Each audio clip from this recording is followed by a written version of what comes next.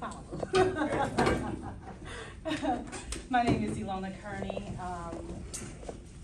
Well, I'll tell you, I'm also running for governor of Washington State. Nice. So a little bit about me is when I was growing up, I was born in the South, but I was raised in Philly. And we lived like in what they call the bottoms. So they said that's like just the worst of being in the ghetto. And like we stayed at the top of the third floor of a abandoned building where it was like a lot of homeless at the bottom. And so we were like latchkey kids where our parents were working all these jobs. My mom was a pastor. So her heart was in the church. She was always there. My stepdad worked like 2 and 3 jobs. So it was my responsibility to make sure I got my siblings from school. I was probably in 2nd and 3rd grade around that time. And growing up, you know, people would think that just because you grew up in church that you have all of this, surrounding your tribe, community. But I never felt like I had a community because it's always trying to live up to a certain standard for everyone, being perfect. So my mom at the time never knew that as a kid I was always suicidal and attempting suicide until I was like 13. I was like in 7th grade or something, and it was I was going to a Jewish school, and the rabbi was reading some of my journals, and he was like, something's not right here. And so he called my mom, and next thing I know, I was in the hospital for like 3 months for suicide and depression. And for a while, I guess I felt frustrated because before, everybody always said I had that mean, hard look where I wouldn't talk to nobody and I was just tough. But after that, because I had to talk and talk and talk, then I feel like I'm a crybaby. I'm so transparent. I tell everybody everything. Don't care. So when I grew up, I guess I still could not. I did not feel that community until I went into the military. And then when I went into the military, I was in the Army, and when I was sexually assaulted, so most women, when they're sexually assaulted, they have like a trauma against men. My trauma was like against women, even though it was a guy. But it was because when I was assaulted, all the men in the unit came to, like pull to aid and things, and they also came and they like putting their arms around me saying that if you were my sister or if you were my daughter, I'm gonna do this. So it just made me feel like I had a community at that time. And then women was the opposite of like, well, she thinks she's so pretty and all those types of things. So then that's how my trauma ended going, that vice versa. But when I had my kids and I was a single mom, then I started to feel more of a, I guess you said, community from women because I had homeschooled, and a lot of them, we, exchange stories about our traumas and how we've overcome them. And a lot of mine was through writing because I wrote a book and published it. So that book helped me to find where in my childhood I felt like I was lacking from my mom's, church community. And it was always, I guess I felt like I was the mom and I wanted a mother, someone wanted to mother me. And then what started me homeschooling my kids was my son was being bullied at school. So it was at the time when bullying was at its height, when a lot of kids were committing suicide. Only my son didn't attempt suicide. I was trying to get an attorney against the school to sue them. And when I came home, they had taken my son, the school did. So they didn't tell me where my child was or anything. So come to find out that they put him in a mental health place, saying that he was suicidal because of me. But when I got a call from them, my son was like, they was telling him that they were taking him to a special place that his mom and, I can build a relationship because it sounds like me and my daughter did stuff together because she was in pageants. But, so they kind of like manipulate the story. And as a child, you don't know that you have a right, just like if the police arrest you, you can say, you want to write to an attorney or whatever, that kids are supposed to ask for that. And I, as a parent, I didn't know that either. But they, after 72 hours, when they find that you're not suicidal, they have to release you. So all of that was like to try to intimidate me against a lawsuit in which the lawyer said that because of in locos parentis, they have the right to do that type of thing in school. And so I was like, I'm just gonna homeschool my kids. Nobody's gonna take my kids from me. So when I see everything that's going on, like when people, I know people get upset because they have their difference of views with protesting. And me, I like protest, when people protest, because that means you get to hear a voice of someone that you haven't heard, whether it's on, no matter whose side it is. So this side might have this extreme view and this side might have something, but there's two different stories of how the same situation can affect people differently. And it's always good to know how those things affect and to how can we come to the table to find a common ground. And so that's why I chose to run for governor, because I feel like I understand what it feels like to be alone. When they took my child, I didn't have nobody to go protest with me, to rally with me. I was out there on those school board steps by myself. Nobody came, and it's like, where's all these people when they come out here and their kids are being taken or their kids being shot? It's this whole group, but nobody's coming to mind. And like the different special interest groups said it was because I didn't have enough of, media attention, that nobody comes out. So it's like, a lot of us don't have enough media attention, and shouldn't be about media attention. It should be about making sure people's voices are heard. And so a lot of my overcoming things is because I get up and I speak. I will go to city council. I will go to Congress and speak. So even if you feel like there is nothing, sometimes there are things going on in the background that you don't even know, and you'll see on the news all of these big talking points. I end up not ignoring those talking points, but it's like, okay, so they're trying to make me upset about something. Let me go see if I can find the truth of this, because a lot of times good people are being hurt with these talking points that are, how they say, we have the silent majority, and we shouldn't be the silent majority. We should be people who still should be able to live our lives and have a voice.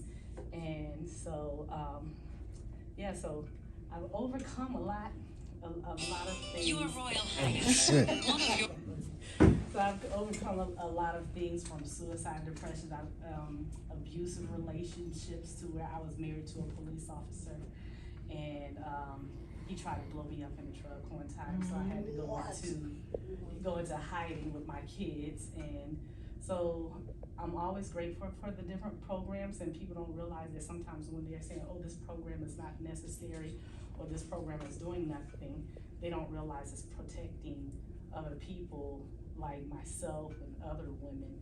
And yes, anybody have any questions? Yes. So I have a few questions. One, first off, thank you for your service. Second off, what's the name of your book? My book is called Purely Unadulterated Me. Okay. And what's like the responsibility of like the governor? Like, what's the difference between like the governor and like, say, like the mayor versus like different branches? Yeah. So it's kind of like the governor is like the president, but it's just in one state. So the governor can write executive orders, and those tend to get abused. The governor will, when Congress is when they're making legislation and they're ready for those to be passed, then it comes to the governor to sign off. Gotcha. So the governor can say veto or pass. Gotcha. And if he vetoes it, it's like you gotta go back to him to come back. And the governor also appoints people. So there are different areas, like for the education, for law enforcement, they have like head people that they are responsible for the whole state, and they come back and consult the governor. Okay. Thank you. Oh, and we do the budget too. Okay. So, so your budget that you need for these programs. Anybody else have any questions? So you married a plumber then? Yes, I sure did. I married a plumber, and that's why I said I'll go first, because he's gonna be a little bit more exciting for you guys, and he also has a background too, because he came a different path of life, and it goes also with my campaign of believing in second chances for people. Yes. I see that you were in the SeaTac City Council? We both ran for SeaTac City Council. Yeah, but it looked like you were in first place, or did you win? Or, 'cause it looked like No, I was actually in third place. But, and you know, when I put my name on the ballot, I put my name, I put both of our names on the ballot for different seats. And cause everybody kept saying, you guys should run, you're always here talking and speaking up for people. And one thing everybody would like is to have an advocate in politics. So I was like, well, let me see, because I know when you run, people are gonna throwing dirt on you. Let me see if I can handle it, because I might clap back too hard. Because I'm not that candidate. So I put my name on the ballot, and like people were calling and saying, oh, you're getting a lot of votes, you're getting a lot of votes. And I was like, I didn't even do anything. But when I went on to social media and the communities pages, it was people were just basically, well, we had a website also.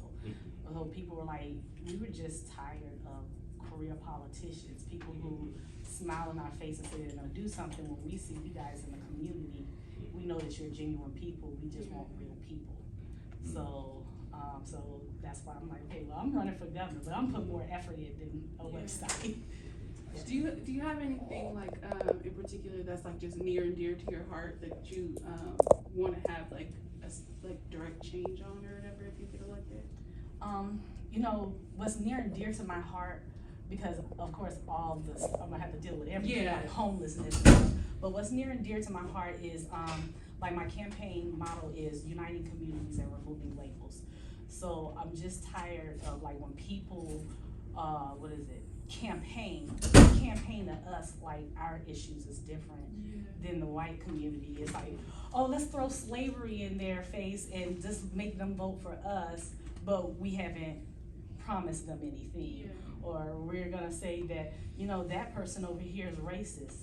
To me, there's always three fingers pointing back at you too. You know? So it's like, I'm tired of people saying, oh, if we give this community this, then that's gonna take from your community, and then it causes a division. So then we'll sit here, like I'll go to the Chinese community and say, we don't have a problem with black people, we just have our own culture. They think that we're mad. And then this other community say, we don't have a problem with black. So my thing is, we can all work together if we just stop letting people put things in our head against each other, saying, oh yeah, this group's gonna take this from this group, and the black people over here are dangerous. And it's politics, and politicians doing it just to win their campaign. So that's to me near and dear of making sure that when I become governor, is to make sure everybody's having a seat and nobody's feeling like, oh, it's them versus right. Because it'll be my job to stand in between and take that hit, to protect this group, even if I don't agree with them. Because that's the same thing I did when I was in the military. My job is to protect the country, even the people that hate me. Definitely. I like how you said, when I become governor. Yeah. Like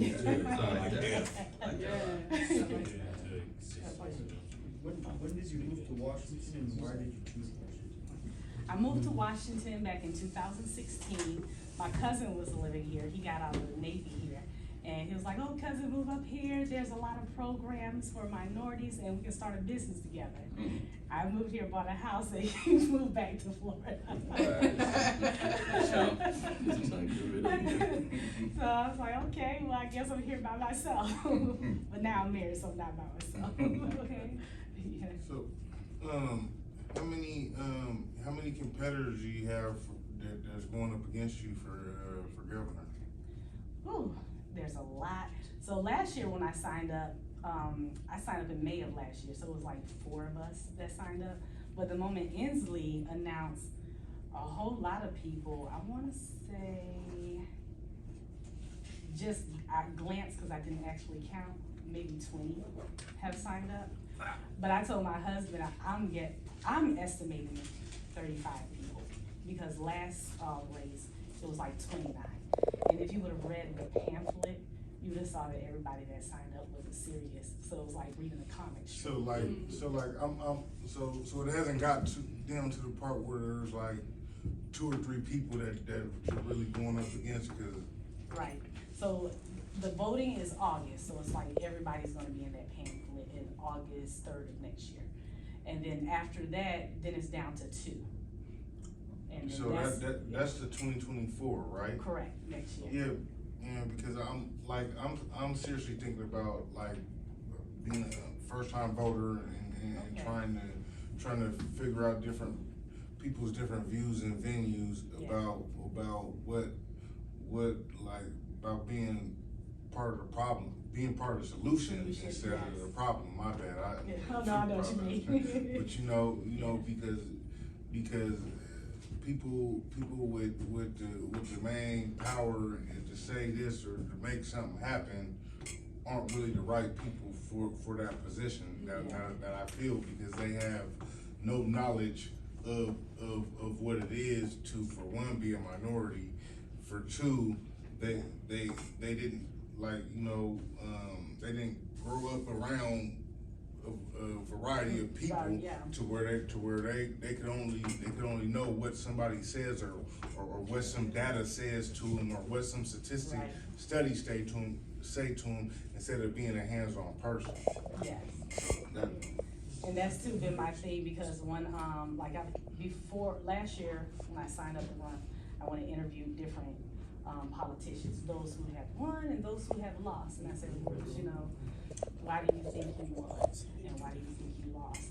Those type of things, and part of the thing is being a part of that clique, and so they get that funding, those bigger ones. That's why I say, when I see the news, I don't just go by those talking points, because if you notice, nobody's mentioned me on the news. Number one, I don't have funding, I'm not being bought and paid for by anybody, so I'm doing everything grassroots, which means, if you follow me on social media, right now I'm doing a 39 county tour. I've been advised, don't do a 39 county tour, don't go talk to people, you get on big platforms, you get big billboards, and you do nothing but commercials, because people are starting to get to know you and start to tear your campaign apart, because they have more on you.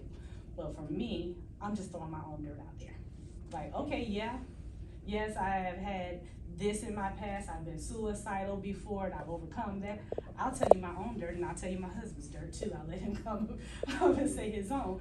But for me, it's just like you said, people don't get to know that I'm a real person if you don't know that, and if I'm hiding all of that. Yeah. When I ran for city council, another person, council person said, you guys should pay, because what we do is we pay for somebody to suppress all the bad stuff, and nobody knows that.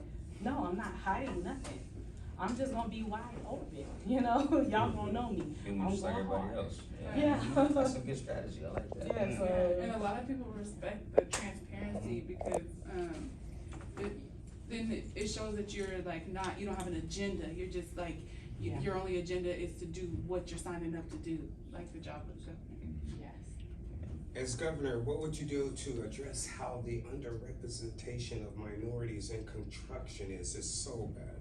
Yeah. And it's just, they say they'll do this and that, but then it's all, but then it's not implemented. But on a, higher level, what can be done to help address the inaccuracy, just the underrepresentation?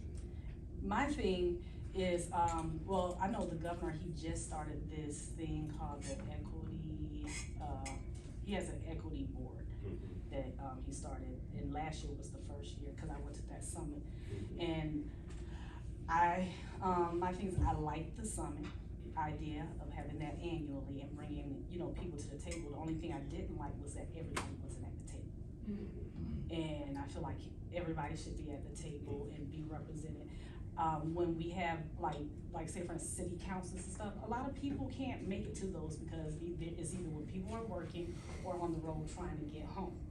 And I think we should have times to set up where everyone can come in and express those, whatever they have to say, because a lot of people who are going for it, saying they're representing us, don't really represent us, and aren't even saying everything that we have to say, because they're being paid to do something, and what did you say, come back and manipulate the story to us of why we gotta accept this.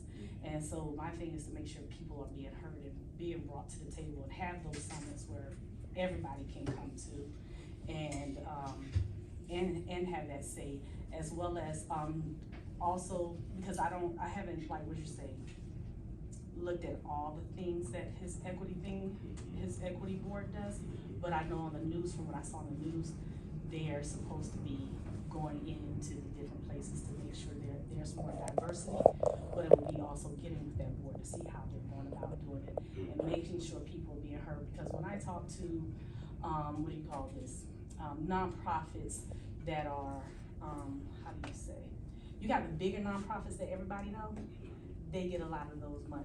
But then you have other ones, like say for instance, if I wanted to start a nonprofit in helping with homelessness, I'm probably gonna have a hard time because there's so much politics in nonprofit. And this group right here is trying to hoard out all the money, and these groups are not getting a hold of it, and that's not fair because it's enough to go around. And when people are saying, oh, we spend billions on homelessness, are you gonna increase the funding? I wanna know what we're doing with this money right now.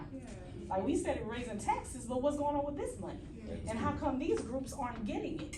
So those are things that I guess you say it would take investigating and having a team, building a trusted team to go in. And for me, a trusted team is gonna actually come from people, not paid, like they would get paid, but not people who have been in, to me, politics to be groomed to do what they want. Yeah, that click. Any more questions? Yes. So you would say you're an advocate, right?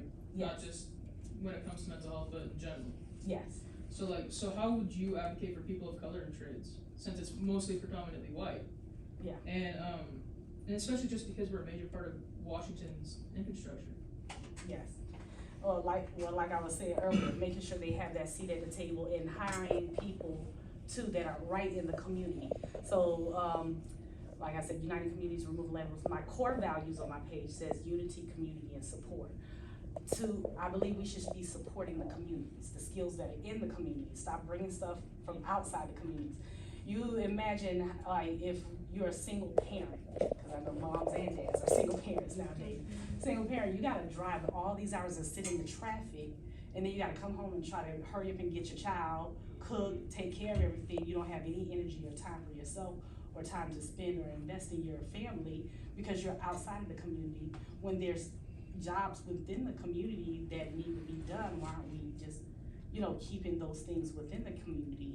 And so it would be working with mayors and the city council, but mainly the mayors for me, to make sure that we're creating a support system within the community, because right now we have a lack of trust within our own communities, period. And like I said, I didn't feel that trust growing up, so I was suicidal. Look at how many kids are out here committing suicide now, because there's that lack of trust. Yeah, we're pushing out small businesses. Small businesses for me, when I was a kid, if I got in trouble, they knew my mom number. They was calling, you was in trouble. But right now, we don't have that trust in our community to look out for each other or each other's kids. So it would be to make sure we're building that infrastructure, because I feel like if we build that foundation, which is our community, then we'll start to get things back together.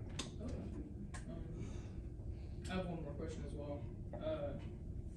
So as mental health becomes a bigger topic, how would you deal with the higher suicide rates in ethnic communities, especially in men? Yeah. You said, how would I address it? How would you address it? I would address it first off, because during the pandemic, my son, he was like, Mom, I'm feeling depressed and things, and sometimes like you want to come talk to me. I said, son, sometimes I don't think you need to talk to me. I think you need another male. And when he went to go to therapy, the person he ended up with was a white lady, and it's like, Mom, I feel like I'm more depressed than when I went in. So I think we first off need to diversify, who we have, as well as diversify the style of therapy, because sitting there and talking is just not therapy for some people. Some of us like hands-on things.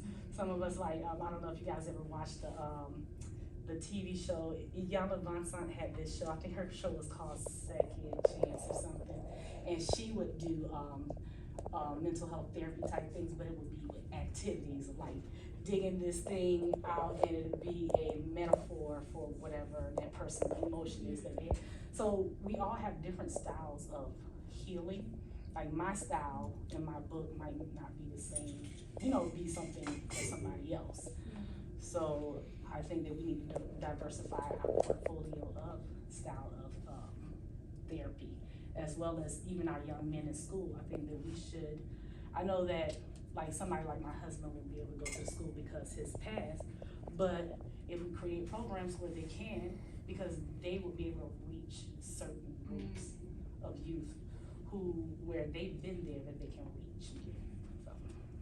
I have one more, because I thought about one more. Yeah. So do you think that intergenerational trauma plays a major point in poor mental health? Okay. Intergenerational, let me know what that is. It's basically like trauma passed down from parent to kid to parent to kid to parent to kid.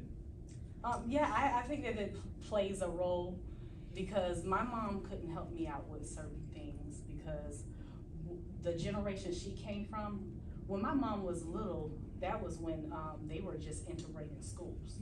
So they had that fear from there, and then you can imagine from her mom what generation her mom came through to protect her.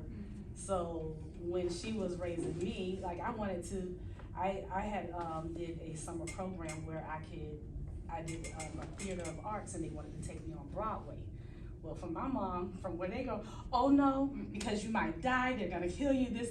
And so that kind of like stumped me from being able to do things, which made me feel like, well, am I ever gonna be good enough, or am I, So, and I think too, that's probably why I never felt like I had a tribe or a support system, because I couldn't understand those things. And a lot of the older generation would just do out of fear rather than talk you through it. And it's their way out of love. And maybe if we just have some type of parent training and that building bonds, building a gap, a bridge between the generation. Yeah. I think that really resonated with me when you were saying about how some, youth, they resonate or they can relate better with people of color, of their color. My daughter was going through severe mental illness, and I got her help, and like she said, like you were saying, she had one therapist who was white, and she just couldn't deal with her, and she was being more depressed. And we switched it, and she was able to deal with this black lady. Man, she straightened right up. The lady would talk to her like my mom would. My mom was a real prayer warrior, and she passed away. But anyways, she really resonated with the black lady and really would only talk to her, and it really helped her to get through her darkness and come back to the light. Now she's starting doing good, and she's really doing better. That's so good. that's really important to have that right person talking to you. Yes. How would you approach the homeless situation in Seattle? Well, the homeless situation, first off, I think there's different categories. So I think we first should deal with the category that is homeless, that have careers. Because why, if I have a job and I'm living on the streets with my kids, that's like beyond me. The other issue is we take care of everybody else's problems. So we keep on giving out free stuff. People move here from other states just to come get our free stuff, but we should take care of our own people first. Then there's the other category of, we became a sanctuary state following behind California. But when I talk to agencies, those the illegal immigrants automatically get priority over citizens. So our citizens get bumped down on the list, which means if they have a career, they're getting bumped down the list because so to me, it's like Washington should be priority of making sure, my mom always told me take care of home first. Then you take care, of other people. So it's just trying to find those checks and balances with all of that. But my thing would be first dealing with the families who have careers And then those who are, you know, not on drugs that are, you know, willing and wanting to get the work, the training, getting them into places and things, because the whole drug epidemic is a whole other category. One more. And how would you handle the high rent situation in Washington? 'Cause I know to get in a place, you gotta have like $5,000 to $8,000 sometimes. As far as like you know, have first, last, and all that other stuff. Or you gotta have 3 times your income. I'm Yeah. like, who has 3 times? Yeah, so 3 it's like times the rent. yeah, a regular person have to work like 100 hours in a week just to make the rent for that month. It's like, what the hell's going on? So how would you try to like negate that? So, with the rent, there is a lady, somebody just sent me a news thing last week. And she said there was this one clause that was removed where they just keep on raising and raising, and then it's astronomically raised. It's not even like a little bit of raise. Because if our cost of living of our income isn't going up, why are you raising our rent? That part. So it would be to address balancing that out, and also looking into what this lady was talking about this one clause about them, how they're raising it, Okay. being removed so that way they can help people get housing. Okay.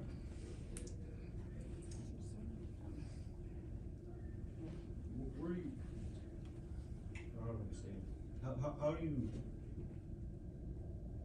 how do you learn how to speak? Like, how do you learn to, like, where do you get all your knowledge from? All of my knowledge right now, street knowledge. Life experience. Like, That's the best Nice. teacher, I'm trying to Like- tell you. Very. That's the best Yeah. teacher.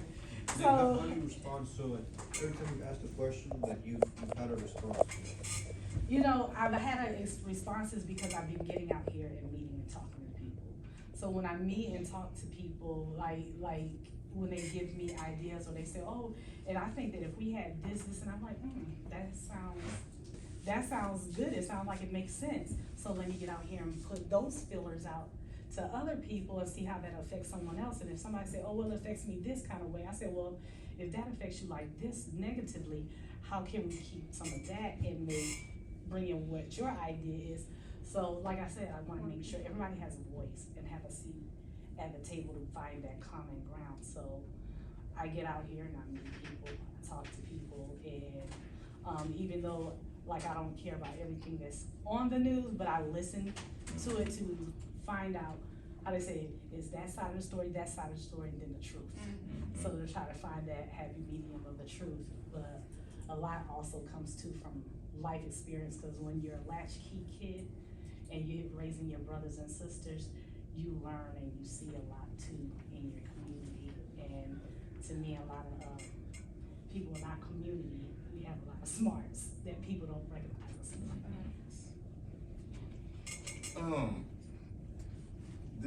This might, well, it's kind of on the topic of mental health and stuff.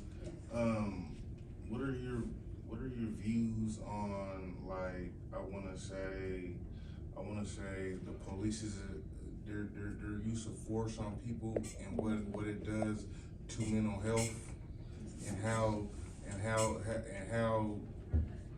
that affects the trust when there's no change in their procedures and the things that they do and how they handle things. I give you a little bit of story, and I give you a little bit of what I've heard, you know, from situations. So when my kids was little, my brother called me one night like 2 o'clock in the morning. So I had 2 cars. He was driving one of them, and he was coming back from the club, and he calls me. He says, the police have me pulled over on the side of the road. They say I stole your car. And I said, no, my car is not reported stolen. So of course I put my 2 babies in the car seat and I drive down, and it's like on this long back road where it's just nothing but woods. And I get there, they got my brother on the ground and 5 police over him with a gun. And so I'm terrified. I get out of my car and say, hey, that's my car. And the police said, ma'am, you need to leave. This is a traffic stop. It's illegal for you to stop here. I said, but that's my brother and that's my car. It's not stolen. Y'all need to take your guns off. And they said, ma'am, if you don't leave, we're gonna shoot you. And I was like, I'm not leaving I pull out my phone. I said, I'm not leaving my brother. So at this time, you know, it's like my babies is gonna probably see their uncle and their mom die right here in a dark road. So, you know, like I'm just terrified and, you know, frustrated. So the police, another police officer comes up, and he comes up and he walks over, he said, yeah, don't do that to him. I know their family, they're good people, and just let them go. Just wait for the next person. I don't know what they was about to do, but I could only imagine what they were about to do. And so they let us go, and a little bit later, you know, like we didn't say anything because, but you know, you go home, you're stewing, you feel violated. Yeah. So then a little bit later, a neighbor who was racist comes out, like tries to run over a black teen who was like 12. His mom wasn't home, and he's yelling all these racial slurs. Now me and my neighbors are sitting out there. So the police come up and go talk to him, and he's still yelling those racial slurs that he's gonna kill him, all this other stuff. So the police come over to talk to us, because we reported it. They said there's no such thing as citizen arrest and all this other stuff. So I'm yelling in the police officer's face, and they grabbed me, they dragged me through the ground, saying that I was resisting arrest. And I said, no, you're trying to break my arm. So after that, I go to the sheriff's department. Now, if they would have tased me, shot me, whatever, all you would have saw on the news was how irate I was, because I was throwing everything. I said, you see these two black kids right here? You won't do it to them, because I will be a whole protest by myself. Like, so the sheriff, he comes out and he says, y'all back off, let me talk to her. So we go off and talk, and he said, I told him what had happened and how, you know, I'm gonna be a mama bear, you know? So the police officer, the sheriff says that part of the problem for them is when we don't fill out a paper trail. Because if it's just like my word against yours, and one thing, for all we know, you just said something to get out of trouble, but if it's a pattern of a paper trail, then it gives them something to investigate in. And I said, but from our side of the community, we don't wanna fill out paper trails because we already feel like you're not gonna do anything anyhow. Yep. So when, from there, I started building a relationship with that police and that sheriff community of going into their meetings, because people don't know that their meetings are actually public. You can go in there and you can talk and you can express your concerns. And so I got to express those concerns, got to work with them. So for my kids growing up, they don't know about being afraid of having a target on their back, because every police officer, when they saw my kids, I was like, I didn't give you no money for no candy. Oh, officer so-and-so bought it for me. So that relationship was built. And I think more relationship needs to be built within the community. And sometimes even making sure that the people who are working, like if you're a police officer in my community, you should live in my community. Because you know, what's going on here. We know you, and you're gonna be less apt to shoot my child because you know that child. And you know, you gotta look at my face later, kind of thing. I know some people will probably move here from other places and might not live, but that's okay too. But as long as we know that you are a genuine person when we're interviewing you, so it needs to be better vetting. There needs to be, when people are whistleblowers, there should be an incentive, not a retaliation from the force. So those things, that good old boys club needs to be addressed. Biggest gang in America. Yes. Can't stand Like right now, I'm pretty sure we all have a story. yeah. I'm sure we all do. Yeah, so it's like that relationship needs to be built, because for me, like overcoming trauma is also putting yourself in that situation but having positive outcomes. So for us to be able to overcome those trauma, we need police to join in and be like, we're in this situation, create positive outcomes, so that way it builds that relationship. To kind of speak to like the trust you were talking about that you built with the sheriff's department, when I was growing up, the police used to come to our school, like the same police that used to, like we knew their names, we could see them in the community, we could talk to them, they would talk to us, they would remember you from what school you go to. I used to see the police officers in the store, and I could talk to them. So growing up, it was instilled from elementary school that you could trust the police. And it wasn't until I became an adult and I have different experience with the police when they stopped being that outlet, that I even had a different view on how the policing in our community worked. And so I think just like you were saying, the whole just kind of bridging that gap and like being familiar with the police and knowing that when you see them, you don't have to be afraid, like your first response will help us get to where we need to be as far as like having a better relationship and like not being so. And my husband had an idea too. He said that required them when they do training to also do community service hours. Definitely. And that's so true. I'm getting to know the sheriffs. There's one in Renton, and you know, I would see him at the store 7-Eleven. Hey, how you doing? And just say hi to him. Well, one time my kids were out there, him and their buddies smoking weed in some parking lot. Okay, sheriffs rolled up on them. They brought him home. Knocked on my door. You know, they arrested and brought him home to me. You know, and I thanked them for that instead of giving him a hard time. But they knew me because when they punched in his name and then I popped up or whatever. But they knew him through me, and so they brought him home. And then of course told me what was up. Sometimes for your parents it's worse.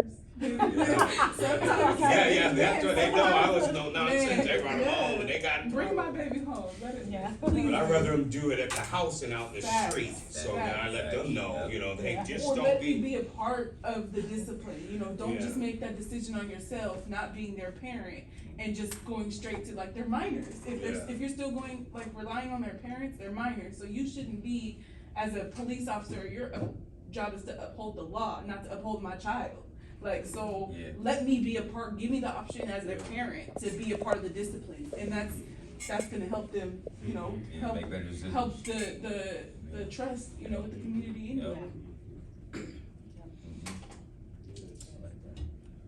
Anybody else have any questions? Like I was watching the news and it said like there's 40 officers that was supposed to work, right? Okay. Or like 80 officers. 40 of them called out over the weekend. Like, so who would address that? And then also, like, I hear what you guys are saying, but how do we pick those officers out that's gonna do that? I mean, every time I got arrested, I got slammed, thrown to the ground. I didn't get taken on. Yeah. I mean, I should go to jail. And those 40 officers, I haven't heard about that, but I'm guessing somebody in their department addresses that, and I will be interested to know why. It was on the news. Yeah, Seattle Police Department. Yeah, why they called in. And I think too that they also should have mental health evaluations, but also have somebody to talk to, because you're taking all of this in, and for all we know, they don't have anybody to go home and admit to, or they might be going home to a wife or other ones, and they should have somebody that they should be required to at least talk to, be able to vent and have that outlet as well. But that would be their department and probably also the mayor and things. It wouldn't be the governor's job. But Internal affairs. Hey. Well, I didn't think I would be that interesting, but Oh, thank you.